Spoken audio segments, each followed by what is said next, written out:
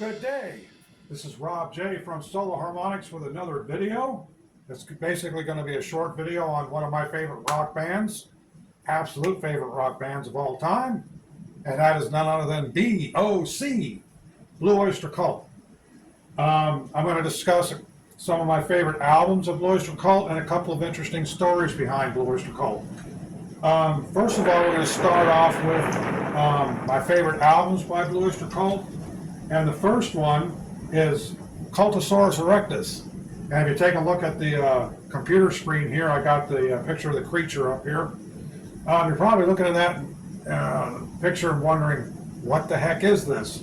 Well, it's a mythological creature completely made up by the band. And if you take a look at the back of the album cover, they also have a picture of the creatures, kind of like crawling along the land. And they have really long necks, and their heads go clean up to the stratosphere. So, very interesting concept. The biggest hit off of that album was Black Blade. And if you're familiar with my channel, I did a short called The Black Blade Effect. If you get a chance to check that out, you might enjoy that. And that's based on Blue Oyster Cult, Cultosaurus erectus. That's my #1 favorite album of theirs. I have an interesting story behind that. I'll get to that in a minute. Next is Spectres by Blue Oyster Cult. The best song on that album is actually, Godzilla. That was the biggest hit off that album, along with Nosferatu. Next is Fire of the Unknown Origin, and the biggest hit off that album was Burning for You, one of my favorite albums. And next on the list is The Revolution by Night. This album was done in the early 80s. It was basically more of a retro type of music, less rockier, more keyboards, more ballad. And the biggest hit off that album was Shooting Sharp. Also, Take Me Away was a big hit. And that is Revolution by Night. And more recently, in the early 2000s, they did an album titled The Curse of the Hidden Mirror. If you like their heavier, more heavy metal, rockier type of sound, this album is really good for that. It's a great album. And last but not least is their greatest hits, the best of Blue Oyster Cult, which has everything from the earlier days like Cities on Flame with rock and roll to Astronomy, This Ain't the Summer of Love, which is off their Agents of Fortune album, Godzilla, and several other hits as well. And that is Don't Fear the Reaper, and that's their compilation of hits. If you're not familiar with Blue Oyster Cult, this is one of the best compilation albums to have. So that's some of my favorite albums by Blue Oyster Cult. I'm going to bring up my notes and we'll go from there. The original band members for Blue Oyster Cult are as follows. That is Eric Bloom, lead singer, guitar player; Buck Dharma, primarily the ballad singer, especially in songs like Burning for You and Don't Fear the Reaper, guitar player, and so on. Also, Alan Lanier. Alan Lanier actually passed away in 2013, and he was the keyboard player and guitar player and backing vocals for the band. And a lot of his ideas for the band were based on mythology, religious connotation, and the occult connotation as well. So anything, a lot of the imagery you see with their album covers and a lot of their themes and lyrics based on that are primarily Alan Lanier's ideas, as far as I understand it.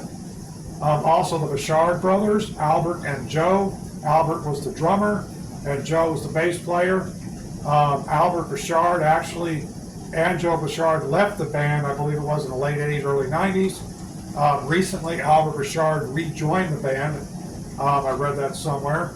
And they're working on new projects. So Blue Oyster Cult, with its two remaining original members, Eric and Buck, are still going strong today, and they still play live shows. And unfortunately, I never got to see them live. I'm hoping to see them live someday. One of my bucket list things.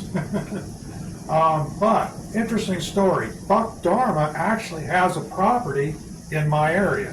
Yes. And also, I had a former coworker from a previous employer who actually knew Buck Dharma, or still knows him, as far as I haven't seen this coworker in years. But anyway, yes, Buck Dharma was his neighbor, actually.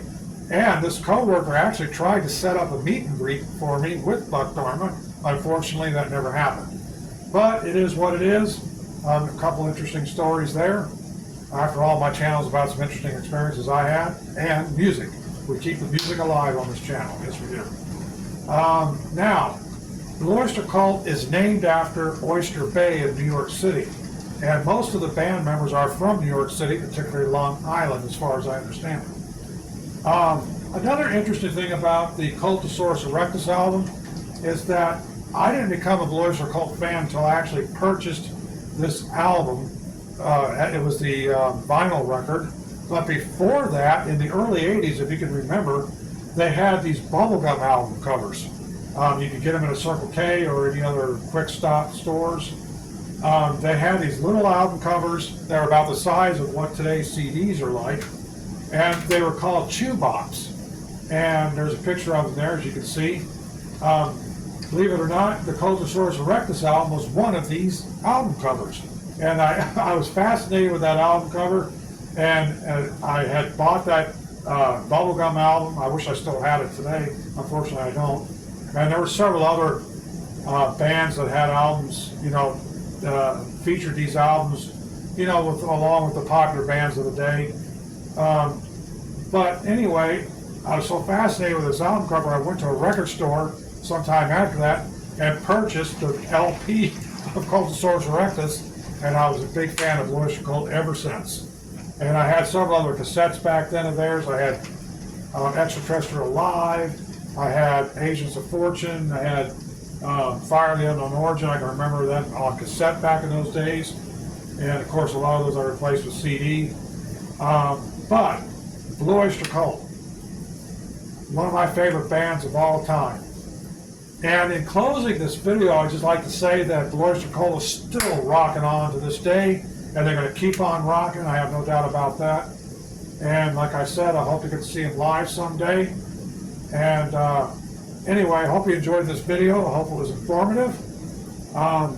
Stay tuned for future projects. I'm working on something based on Nostradamus and his predictions. That's going to be coming out in the near future. So stay tuned for that. And you never know. All I need is just a little time. This is Rob J. from Soul Harmonics. Thank you for watching and listening. Good day.